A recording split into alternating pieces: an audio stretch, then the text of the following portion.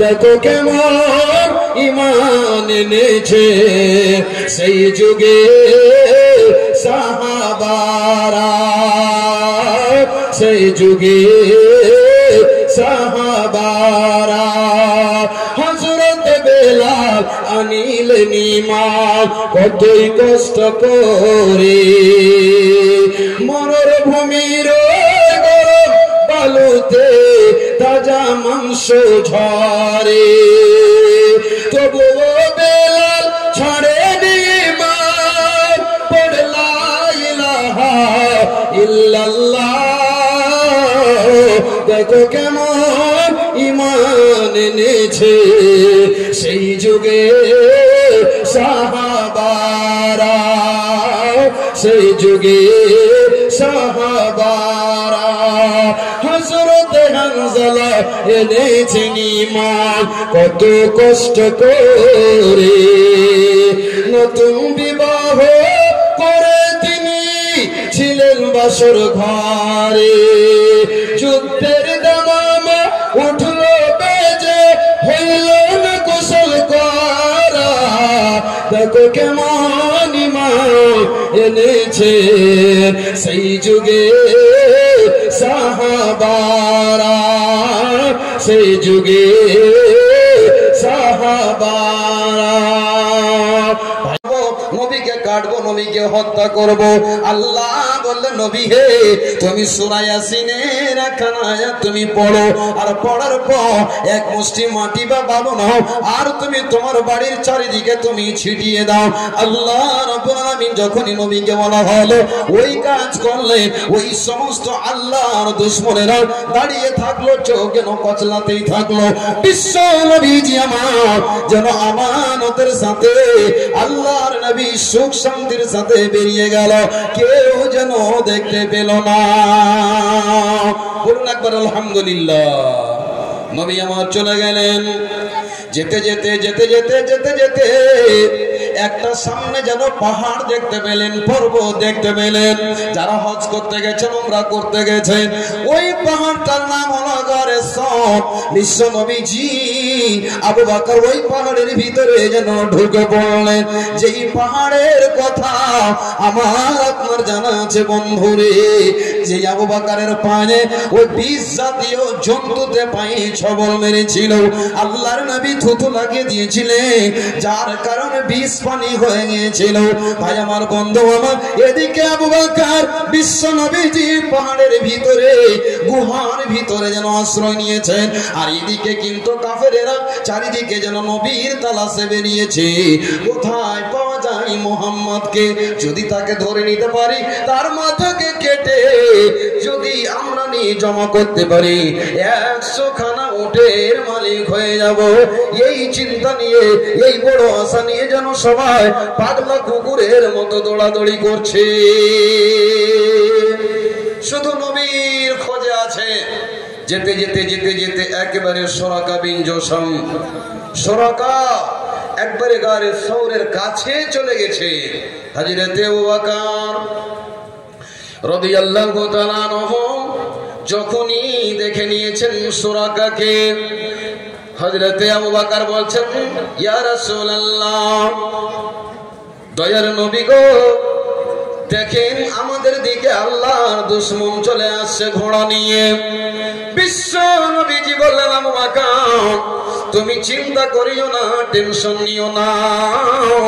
আল্লাহ আর কোরআন বলেছে, যারা আল্লাহর উপরে ঈমান রাখবে, দ্বীনের উপরে কায়েম থাকবে, আল্লাহ বলেছেন আল্লাহ তাখাফু, তোমরা চিন্তা ডরাবে না, ওয়ালা তাহজানু, তোমাদের জন্য কোনো টেনশন নাই।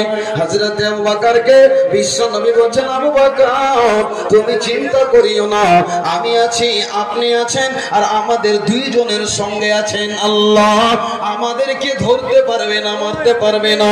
যখন এই কথাটা বলে দেওয়া, ওই সুরাকা বিশ্ব নবীর দিকে যেন এগিয়ে যাচ্ছে।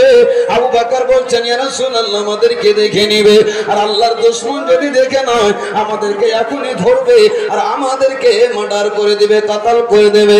বিশ্বনবীজি বললেন, লা তাহজান ইন্নাল্লাহা মা'ানা। আবু বকর, চিন্তা করবেন না, আমাদের সাথে রয়েছে নেক আল্লাহ, আমাদের কিছুই করতে পারবে না। যখন এই কথাটা বলে দেওয়া, আর সামান্য জায়গা যেতে গেলে নবীর কাছে পৌঁছে যাবে, ওই পাহাড়ের কাছে। আল্লাহর কি কুদরতি কারিশমা! সঙ্গে সঙ্গে ওই ঘোড়া, যে ঘোড়ার উপরে যে আল্লাহর দুশমন চড়ে আছে সুরাকা, সঙ্গে সঙ্গে ওই ঘোড়ার পা দুটো যেন মাটিতে ধসে গেল। এত জোরে জোরে যেন চাবুক মারছে, কোড়া মারছে ঘোড়াকে, যত মারছে তত যেন নিচুন দিকে পা চলে যাচ্ছে। ওখান থেকে এবার আল্লাহর নবীকে দেখতে পেয়ে গেল।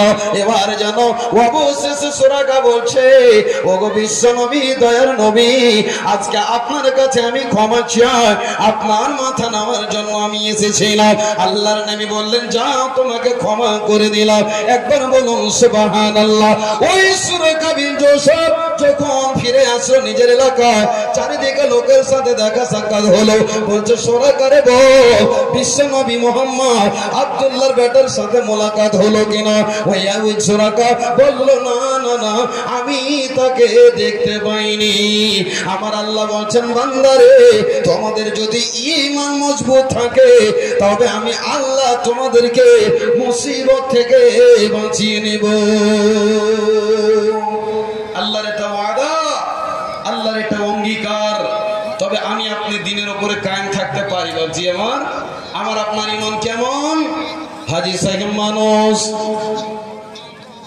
তাসবিহ পড়ে, দাঁড়িয়ে আছে, 2 লক্ষ টাকা খরচ করে আপনি হজ করে এসেছেন। গ্রামের সর্দার মন্ডল সমাজের মান্যগণ্য আপনি মানুষ, কিন্তু বন্ধু আমার, আপনার ঈমান কত মজবুত! যখনই আপনি আপনার বেটার বিয়ে দিবেন, তখন মেয়ের বাপের কাছ থেকে 5 পেটি না নিলে আপনার ছেলের বিয়ে হয় না। এরই নাম কি দিনের পরে মহব্বত? ও মুসলমান, আল্লাহ তাবারক ওয়া তাআলা বলছেন, তোমরা দিনের উপরে কায়েম থাকো। যদি তোমাদের মধ্যে একটু কমি কামি হয়ে যায়, তোমাদের সমস্ত আমল বরবাদ হয়ে যাবে। আমার আল্লাহ বলছেন, ওয়ালা তুবতিলু আমালাকুম, তোমাদের আমলকে বরবাদ করে দিও না। দিনকে তোমরা বরবাদ করিও না, আমলকে বরবাদ করিও না। মুসলমান, দিনের উপরে কায়েম থাকা অত সহজ কথা নয়। চলুন আপনাকে একটা ইতিহাস শোনাই।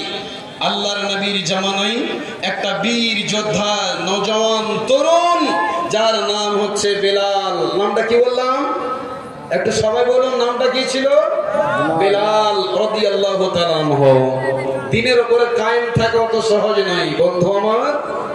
যেই বেলাল উমাইয়ার বাড়িতে থাকতেন, যেই উমাইয়ার অধীনস্থে ছিলেন হযরতে বেলাল, যখন কোরআনের আয়াত শুনে মুসলমান হলেন, যখন ঈমান আনলেন, উমাইয়ার কানে যখন খবর গেল বেলাল নাকি মুসলমান হয়েছে, বিশ্ব নবীকে নবী বলে বিশ্বাস করে নিয়েছে, আল্লাহর উপরে ঈমান আনয়ন করেছে, উমাইয়া বেলালকে ডেকে বলল, বেলাল, তুই তো আমার দাস, তুই তো আমার বাড়িতে থাকিস, আমার বাড়িতে খাস, আর কি করে তোর এত বড় সাহস হলো যে মুহাম্মাদের দিনে চলে গেলি? ফিরে আয়, ফিরে আয় মুহাম্মাদের দিন থেকে, নইলে তোকে দুনিয়াতে আমরা রাখবো না। ওই বেলাল তখন উত্তর দিয়েছিল, ও আমার মালিক, হে আমার মালিক, আমি কোনদিন বিশ্ব নবীর দিনকে, আল্লাহর দিনকে ছেড়ে দিতে পারবো না। উমাইয়া তখন বলছে, বেলাল, তোর এত বড় সাহস, আমার সামনে এত বড় কথা, যে আমার বাড়িতে তুই থাকিস আর আমাকে এত বড় কথা বলিস, এই পাওয়ারটা তোকে দিল কে? এবার উমাইয়া বেলালকে তখন বলল, বেলাল, আজকের পর থেকে যদি তোকে দেখিনি মুহাম্মাদের সাথে উঠা বসা করতে, আজকে তোকে যদি দেখেনি মুহাম্মাদের মুখ থেকে কোরআন তেলাওয়াত শুনতে, ও বেলাল, তবে তোকে দুনিয়াতে রাখা হবে না, তোকে দুনিয়া থেকে বিদায় করে দেওয়া হবে। বেলাল উত্তর দিলেন, মুনিব, ও গো মাইয়া, আমার মালিক শুনলেন, আমি দিন ছাড়তে পারবো না, কোনদিন আমি ছাড়তে পারবো না। যেই দিনের মহব্বত আমার ভিতরে এসেছে ওই দিন কোনদিন আমি ছেড়ে দিতে পারবো না। ও মাইয়া তখন ছোট ছোট বাচ্চাগুলোকে ডাকলো, ডাকার পর বলছে, বেলালের পায়ে তোমরা রশি বাঁধো, আর পায়ে রশি বেঁধে তোমরা টানাটানি শুরু করে দাও। ওই জমিন, পাথরের জমিনে বেলালের শরীর থেকে সমস্ত কাপড়গুলো খসিয়ে নিয়ে যেন টানা এছড়া করছে, বেলালকে প্রহার করছে, বড় বড় বোল্ডার পাথরগুলো চাপাচ্ছে। আর একটাই কথা উমাইয়া বলছে, উমাইয়া বেলালকে বলছে, বেলাল এখনো সময় আছে, দিনকে ত্যাগ করে দে, এই দিন থেকে ফিরে আয়, দিনকে তুই ছেড়ে দে। আমরা তোকে বিশ্ব সুন্দরী মক্কা নগরীতে যে নারী রয়েছে ওই রমণীর সাথে তোমার বিয়ে দিয়ে দেব। বেলাল বলল, আমাকে দরকার নয়, আমি দিন ইসলাম ছেড়ে দিতে পারবো না। নারে তাকবীর, আল্লাহু আকবার। দিনের প্রতি কত মায়া, দিনের প্রতি কি মহব্বত, আল্লাহর সাথে কি মহব্বত, রাসূলের সাথে কি মহব্বত। এত জুলুম নির্যাতন অন্যায় চললো, কিন্তু বেলাল দ্বীনের উপরে কায়েম থাকলেন, ইস্তেকামত থাকলেন। বন্ধু আমার, একদিনের ঘটনা, ওই উমাইয়া বেলালকে হাত দুটোকে বেঁধে দিয়েছে। যেমন একটা যদি আজকের জলসাতে কোন চোরকে ধরেলেন, ওই চোরকে আপনারা কি করবেন, মাদ্রাসার পিলারে বাঁধবেন, আর বাঁধার পর বেদম মারধর করবেন।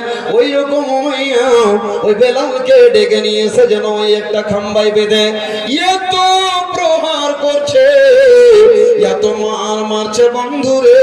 আর একটাই কথা বেলাল বল, তুই দিনকে ছেড়ে দে, তবে তোকে আজাদ করে দেওয়া হবে।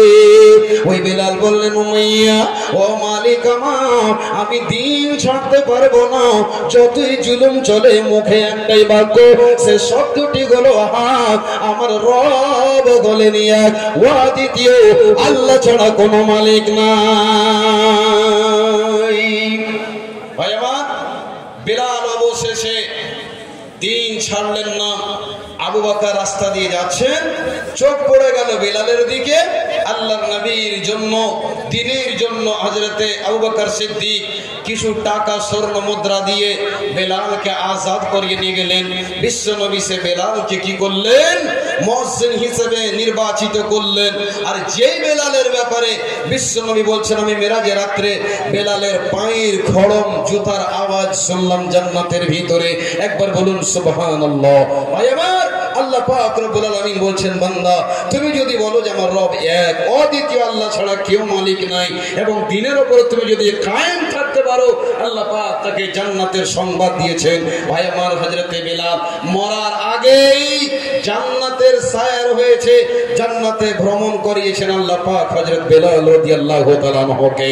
সম্মানিত দ্বীনী ভাই ও বন্ধুরা আমার, ঈমান ছিল তাদের কেমন, আমার আপনার ঈমান কেমন? রাত 12টার সময় যদি আপনি যান, যেতে যেতে যেতে যেতে সামনে যদি কোনো একটা মন্দির পড়ে, যদি কোনো আরএসএসের দল, যদি কোনো এরকম নওজওয়ান আপনাকে ধরে লায়, আর ধরে লাওয়ার পরে বলে, বেটা চল মন্দিরের সামনে, এর সামনে তোকে সিজদা করতে হবে, একে তোকে খোদা ভগবান মেনে নিতে হবে। ও মুসলমান, আমার আপনার ঈমান কেমন? একটু পারওয়া করব না, সঙ্গে সঙ্গে তাকে সিজদা করে দেব, করব কি করব না। কিন্তু মুসলমান, তাদের উপরে এত জুলুম হওয়ার পর কোনদিন আল্লাহকে ছেড়ে দেয়নি। আল্লাহর মহব্বতে এমন মত্ত ছিল, তারা আল্লাহর জন্য নিজের জীবনকে কুরবানি করে দিয়েছে, কোনদিন তারা ছেড়ে দেয়নি। দেখো কেমন ঈমান এনেছে সেই যুগে সাহাবারা, সেই যুগে সাহাবারা। হযরত বেলাল আনিলেন ঈমান কতই কষ্ট করে, মরুভূমির গরম বালুতে তাজা মাংস ঝরে, তবুও বেলাল ছাড়েনি ঈমান, পড়ে লা ইলাহা ইল্লাল্লাহ। দেখো কেমন ঈমান এনেছে সেই যুগে সাহাবারা, সেই যুগে সাহাবারা। হযরত হানজালা এনেছেন ঈমান কত কষ্ট করে, নতুন বিবাহ করে তিনি ছিলেন বাসর ঘরে। যুদ্ধের দামামা উঠলো বেজে, হইল না কুশল করা। দেখো কেমন ঈমান এনেছে সেই যুগে সাহাবারা, সেই যুগে সাহাবারা। ভাই আমার, বন্ধু আমার, তবে তাদের ঈমান এত মজবুত ছিল, জান চলে গেছে জিহাদে ময়দান থেকে পলায়ন করেনি, তারা জিহাদের ময়দানে মারা গিয়েছে। ভাই আমার, বন্ধু আমার, তরবার মেরে দেওয়া হয়েছে। কাফেরেরা একখানা যখন হাত কেটে গেল, তখন বাম হাতে ঝান্ডা ধরেছে। বাম হাত যখন কেটে দিল, তখন সে ওই ঝান্ডাকে ইসলামের পতাকা ডান পায়ে যেন ধরেছে। ডান পা যখন কাফেরেরা ছোড়া দিয়ে যেন তলোয়ার দিয়ে দ্বিখণ্ডিত করলো, ওই ঝান্ডাটাকে বাম পায়ে ধরলো। চার হাত পা যখন শহীদ হয়ে গেল, অবশেষে আল্লাহ মুমিন বান্দারা, রাসূলের সাহাবারা ঝান্ডাকে মাটিতে পড়তে দেয়নি বন্ধুরে। ওই ঝান্ডাকে মুখে ধরে দাঁতে কামড়িয়েছিল, কিন্তু বন্ধু আমার, ঈমান এত মজবুত, তারা কোনোদিন দিন হারা হয়নি, শুধুমাত্র দিনের প্রতি কায়েম ছিল। ভাই আমার, ঈমান একে বলা হয়। ঈমানের জজবা কেমন? আমার আপনার ঈমান কেমন, যা আপনি নিজের স্বচক্ষে দেখতে পাচ্ছেন। ভাই আমার, এই যে বললাম মাঝখানে যে আমরা ফ্রিতে দিন পেয়েছি, যার কারণে আমরা মর্যাদা দিই না। এই যে আমরা বিনা মেহনতে দিন পেয়েছি, যারা দিনের জন্য জান দিয়েছেন, মাল দিয়েছেন, বিবিকে বিধবা করেছেন, নিজের সন্তানকে ইয়াতীম করেছেন, ওই লোকগুলোর কাছে ছিল দিন ইসলামের মর্যাদা এবং সম্মান এবং ইজ্জত। তারা দিনকে এমন ভাবে অটল থেকেছেন যে তাদের সামনে একটা অন্যায় হলে তারা কোনোদিন ছেড়ে দিতে পারেনি। মা আমার, বোন আমার, এতক্ষণ বললাম পুরুষদের কথা, দিনের উপরে অটল। কিন্তু মা, তোমাদের জন্য একটা কথা বলি, শোনো রে মা। যারা বাড়ি থেকে এসেছেন জলসা শোনার জন্য, আজকে তোমাদের ঈমান কেমন যে তোমাদের ঈমান টাকাতে বিক্রি হয়ে যায়। তোমরা নিজের ইজ্জতকে সামান্য জিনিসের জন্য বিলীন করে দাও। সামান্য লোভে লালচে পড়ে তোমরা নিজের ইজ্জতকে অপর পুরুষের কাছে তোমরা বিক্রি করে দাও। খবরদার রে আমার মা, বিশ্ব নবীজি বললেন, উম্মত শুনে নাও, দুটো জিনিসে তোমরা জামিনদার হয়ে যাও। আমি বিশ্ব নবী তোমাদের জন্য জান্নাতের জামিনদার হয়ে গেলাম। বলুন সুবহানাল্লাহ। সাহাবীরা বললেন, নবী গো, ওই দুটো জিনিস কি?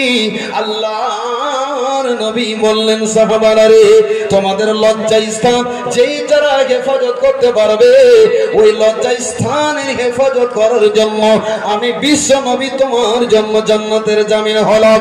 দ্বিতীয় হলো, ও সাহাবা শুনে নাও, তোমরা যদি নিজের জবানকে কন্ট্রোল করে নিতে পারো, এই দুটো জিনিসের জন্য আমি বিশ্ব নবী জান্নাতের গ্যারান্টার হয়ে গেলাম। হে আমার মা, আজকে তোমরা পর্দা থাকো।